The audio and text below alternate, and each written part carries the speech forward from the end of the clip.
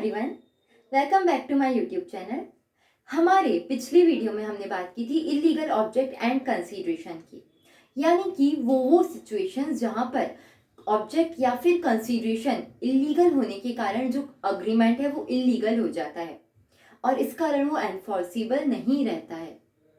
आज की इस वीडियो में हम डिस्कस करने जा रहे हैं agreement oppose to public policy, जो कि इलीगल ऑब्जेक्ट एंड कंसीडरेशन का एक कंपोनेंट था, उसका ही पार्ट था। अभी agreement oppose to public policy के अंदर कुछ कंपोनेंट्स आती हैं, कुछ सर्कमस्टांसेस आती हैं, कुछ परिस्थितियां आती हैं जहां पर उन अग्रीमेंट्स को अपोज टू पब्लिक पॉलिसी मान लिया जाएगा।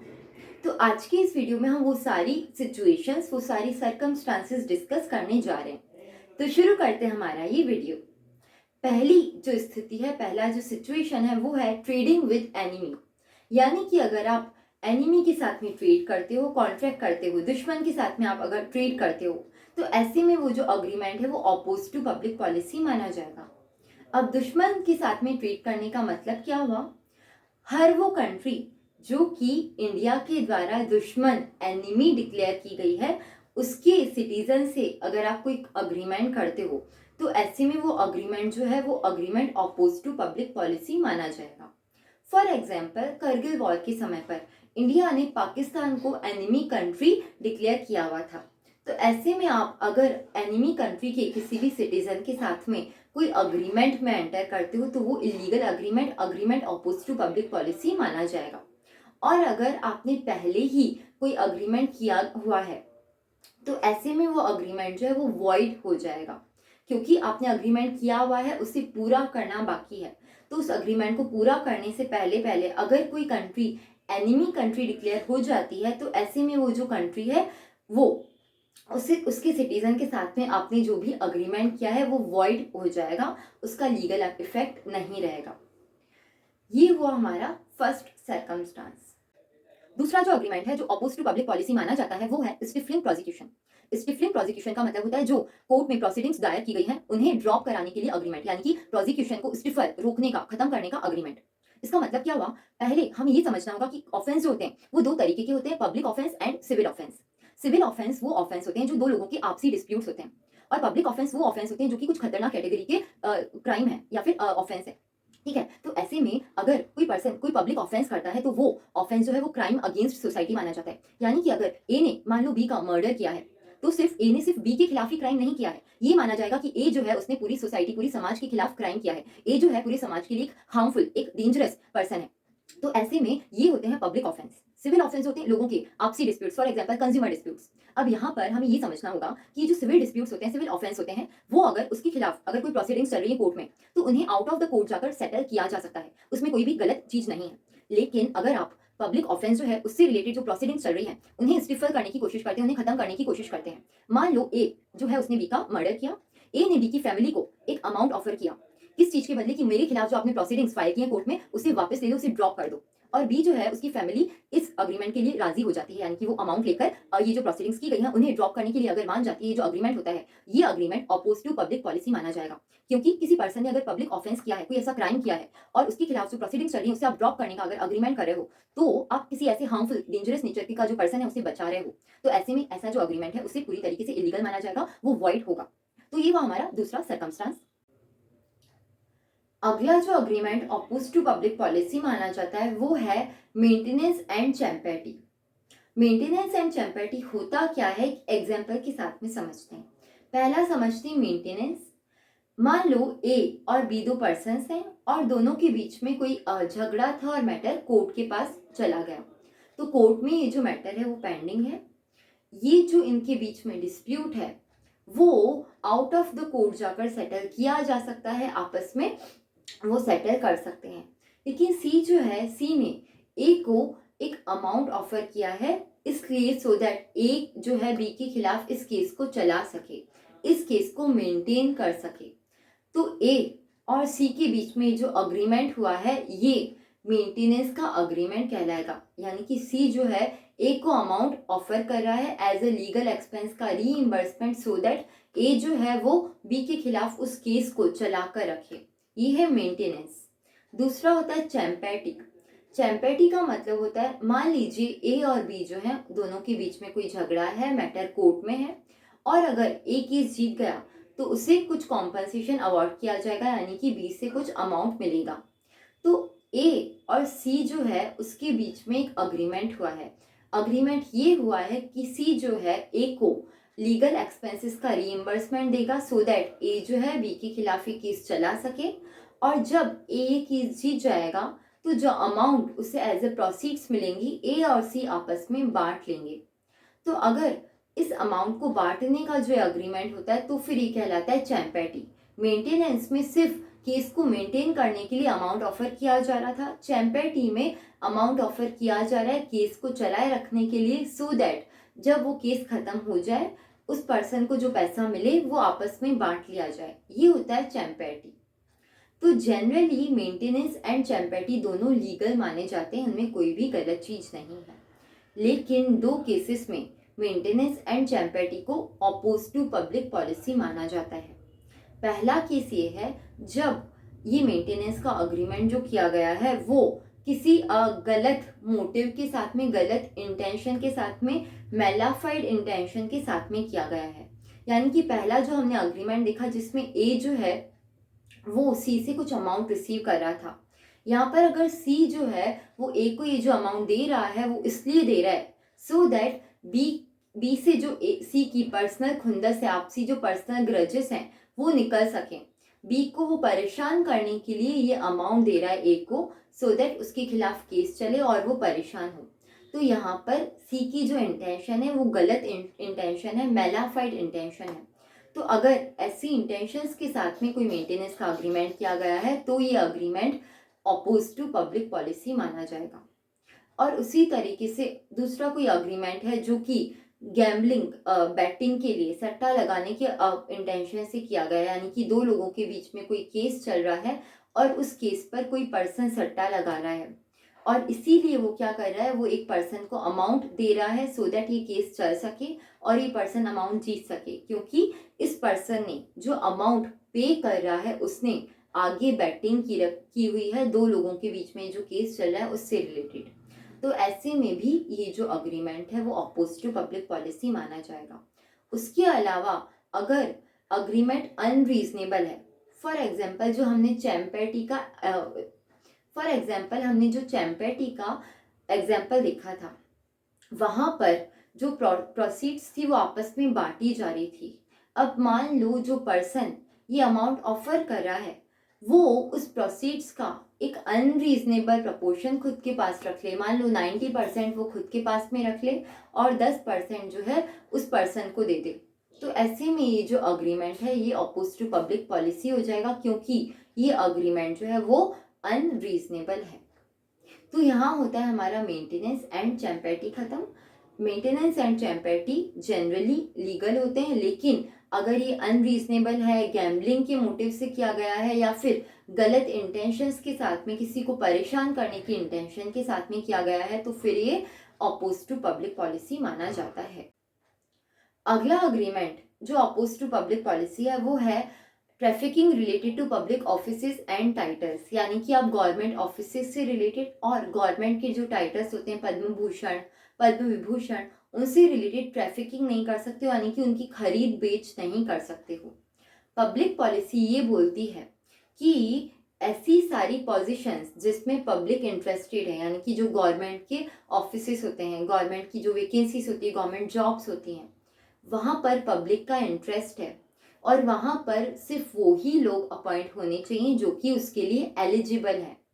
यानी कि वहाँ पर कोई भी मॉनेटरी कंसीडरेशन देकर आप अगर उस पोजीशन को खरीद रहे हो तो ये ऑपोज टू पब्लिक पॉलिसी है। यानी कि अगर किसी पर्सन ने कोई गवर्नमेंट जॉब जो है उसे पाने के लिए कोई अमाउंट पे कर दिया किसी भी पर्सन को जो कि रेलेवेंट अथॉरिटी है वो जॉब देने के लिए, तो ऐसे में ये जो अग्रीमेंट हुआ है उन दोनों लोगों के बीच में वो ऑपोज टू पब्लिक पॉलिसी माना जाएगा, क्योंकि पब्लिक ऑफिसेस में सिर्फ वही लोग होने चाहिए जो कि उसके लिए सूटेबल है, उसके लिए एलिजिबल है। उसके अलावा अगर किसी भी पर्सन को, किसी भी गवर्नमेंट ऑफिसर को आप रिटायर होने के लिए इंड्यूस करते हैं, यानी कि आप उसे पैसा देते हैं कि वो जल्दी रिटायर हो जाए, सो दैट आप उसकी जगह पर अपॉइंट हो सकें। तो ये भी ऑपोज टू पब्लिक पॉलिसी माना जाएगा, क्योंकि ये भी क्या है, पब्लिक ऑफिसेस में ट्रैफिकिंग का ही केस है। उसके अलावा पब्लिक टाइटल्स जो होते हैं, पद्म भूषण, पद्म विभूषण, उनकी भी अगर खरीद बेच की जाती है, यानी उन्हें पाने के लिए भी अगर कोई पर्सन मॉनेटरी कंसीडरेशन देता है या उन्हें पाने के लिए कोई अग्रीमेंट करता है ऐसा, तो वो भी अपोज टू पब्लिक पॉलिसी माना जाएगा, क्योंकि यहाँ पर इन अवार्ड्स की जो क्रेडिबिलिटी है वो खत्म हो जाएगी अगर लोग इन्हें खरीदने लग जाएंगे। तो ऐसे में इन चीज़ों से रिलेटेड कोई भी खरीद बेच, कोई भी ट्रैफिकिंग नहीं होनी चाहिए। अगला जो agreement oppose to public policy है वो है agreement tending to create monopolies, यानी कि वो अग्रीमेंट जो कि एकाधिकार, मोनोपोली क्रिएट करने की कोशिश करते हैं, वो अपोज टू पब्लिक पॉलिसी माने जाएंगे। ऐसे अग्रीमेंट्स को अपोज टू पब्लिक पॉलिसी माना इसलिए जाता है क्योंकि पब्लिक पॉलिसी ये बोलती है कि देश में जो कंपटीशन है वो फ्री होना चाहिए, यानी कि अगर दो या दो से ज्यादा लोग मिलकर एकाधिकार एस्टैब्लिश करने की कोशिश कर रहे हैं, उससे होगा ये कि जो लोग हैं उनका जो वेलफेयर है वो हार्म होगा, वो हैम्पर होगा।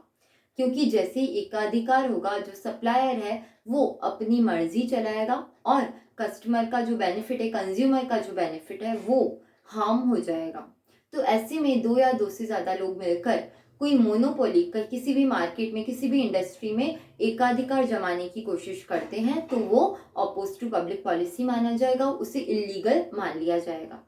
फॉर एग्जाम्पल, ए और बी दो पर्सन्स हैं, दोनों ने अग्री किया कि स्टेट ऑफ राजस्थान में, राजस्थान नामक जिले में कोरोना के समय पर वो मेडिकल ऑक्सीजन जो होती है उसे एक फिक्स रेट से नीचे सप्लाई नहीं करेंगे, वो दोनों मिलकर एक फिक्स रेट पर ही सप्लाई करेंगे या उससे ऊपर सप्लाई करेंगे, लेकिन उससे नीचे सप्लाई नहीं करेंगे। ये जो अग्रीमेंट है ये एकाधिकार क्रिएट करने की कोशिश कर रहा है। तो ऐसे में ये जो अग्रीमेंट है ये पूरी तरीके से इलीगल हो जाएगा। नेक्स्ट पॉइंट है मैरिज ब्रोकरेज अग्रीमेंट्स, यानी कि शादी से रिलेटेड कोई आप ब्रोकरेज ले रहे हैं, दो लोगों की शादी कराने के लिए अगर आप कोई दलाली, कोई ब्रोकरेज ले रहे हैं, तो ये जो अग्रीमेंट है ये वॉइड हो जाएगा, ये अपोज टू पब्लिक पॉलिसी माना जाएगा। पब्लिक पॉलिसी ये बोलती है कि अगर आप दो लोगों की शादी करा रहे हैं, मैरिज करा रहे हैं, तो उसके बदले में आप कोई मॉनेटरी कंसीडरेशन नहीं लेंगे। एक एग्जाम्पल से समझते हैं। ए एक पर्सन है और उसकी शादी नहीं हो रही थी। ऐसे में उसने बी नाम के एक पर्सन को कहा कि मैं तुम्हें 1 लाख रुपए दूंगा, तुम मुझे एक वाइफ प्रोक्योर करके दे दो, यानी कि एक फीमेल प्रोक्योर करके दो जिससे मैं शादी कर सकूं और उसके बदले तुम्हें 1 लाख रुपए मिलेंगे। तो ऐसे में ए और बी के बीच में जो अग्रीमेंट हुआ है, यानी कि बी क्या करने वाला है, बी ए और एक और पर्सन की शादी करा के बदले में ब्रोकरेज लेने वाला है, दलाली लेने वाला है। तो ये जो अग्रीमेंट है ये ऑपोज टू पब्लिक पॉलिसी है और ये वॉइड है। लेकिन यहाँ पर एक क्लैरिफिकेशन है कि जो साइट्स होती हैं शादी.com या फिर जो मैरिज ब्यूरोज होते हैं, वो जो काम कर रहे हैं वो ब्रोकरेज नहीं है, वो सिर्फ एक प्लेटफॉर्म प्रोवाइड कर रहे हैं जहाँ पर आप अपना बायोडेटा सबमिट कर सकते हैं और दूसरे किसी पर्सन के बायोडेटा के साथ में उसे मैच कर सकते हैं। तो यहाँ पर सिर्फ आपको एक प्लेटफॉर्म प्रोवाइड किया जा रहा है, यहाँ पर आपकी शादी के बदले कोई दलाली नहीं ली जा रही, कोई ब्रोकरेज नहीं लिया जा रहा है। तो ये जो ब्रोकरेज के अग्रीमेंट होते हैं वो वॉइड होते हैं। अदरवाइज ये जो मैरिज ब्यूरो सर्विसेज देते हैं या फिर ये जो मैट्रिमोनियल साइट्स होती हैं वो सर्विसेज देती हैं, वो पूरी तरीके से लीगल है।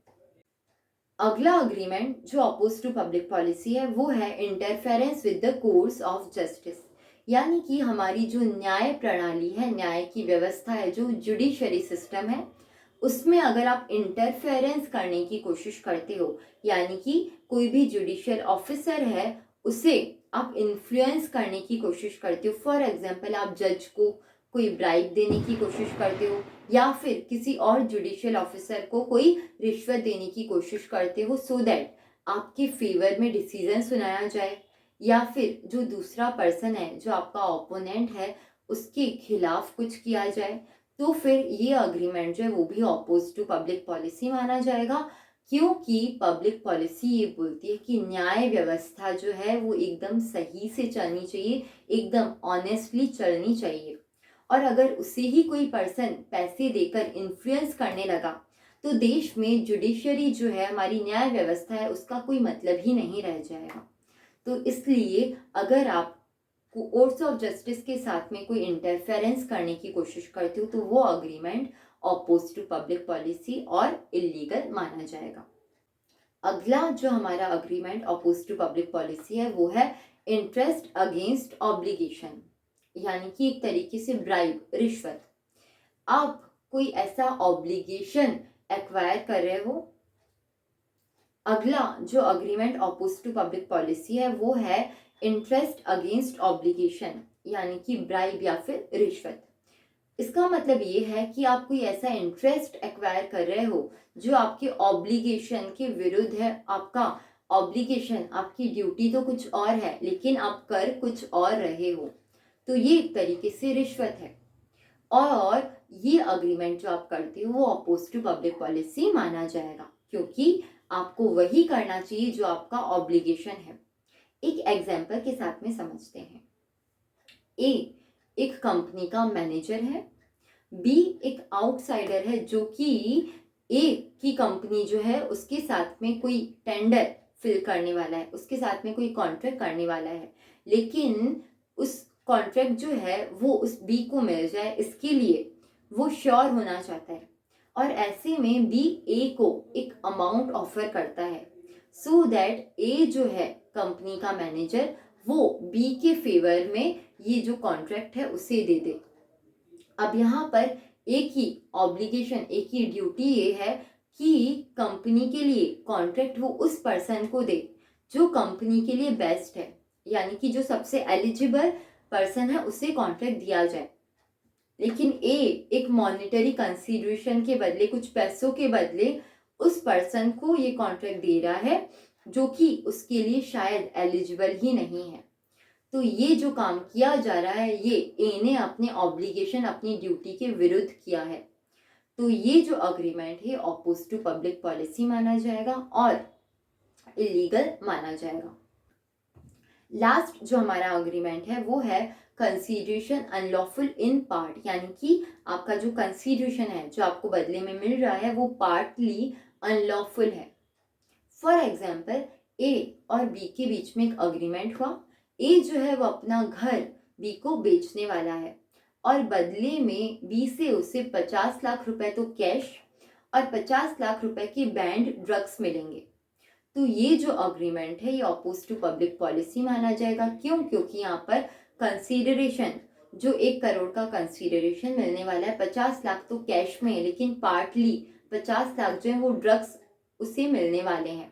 तो यहाँ पर पूरा का पूरा जो अग्रीमेंट है वो पूरी तरीके से वॉइड हो जाएगा। तो यहाँ होता है हमारा agreement oppose to public policy का डिस्कशन एंड आई होप आपको हर एक जो सर्कमस्टांस है, हर एक जो अग्रीमेंट है वो पूरी तरीके से समझ में आया होगा। अगर आपको अभी भी इसमें कोई भी डाउट लगता है तो you can let me know in the comment section. और उसके अलावा अगर आपको वीडियो अच्छा लगा हो तो प्लीज़ वीडियो को लाइक करें और चैनल को सब्सक्राइब करें। Bye bye.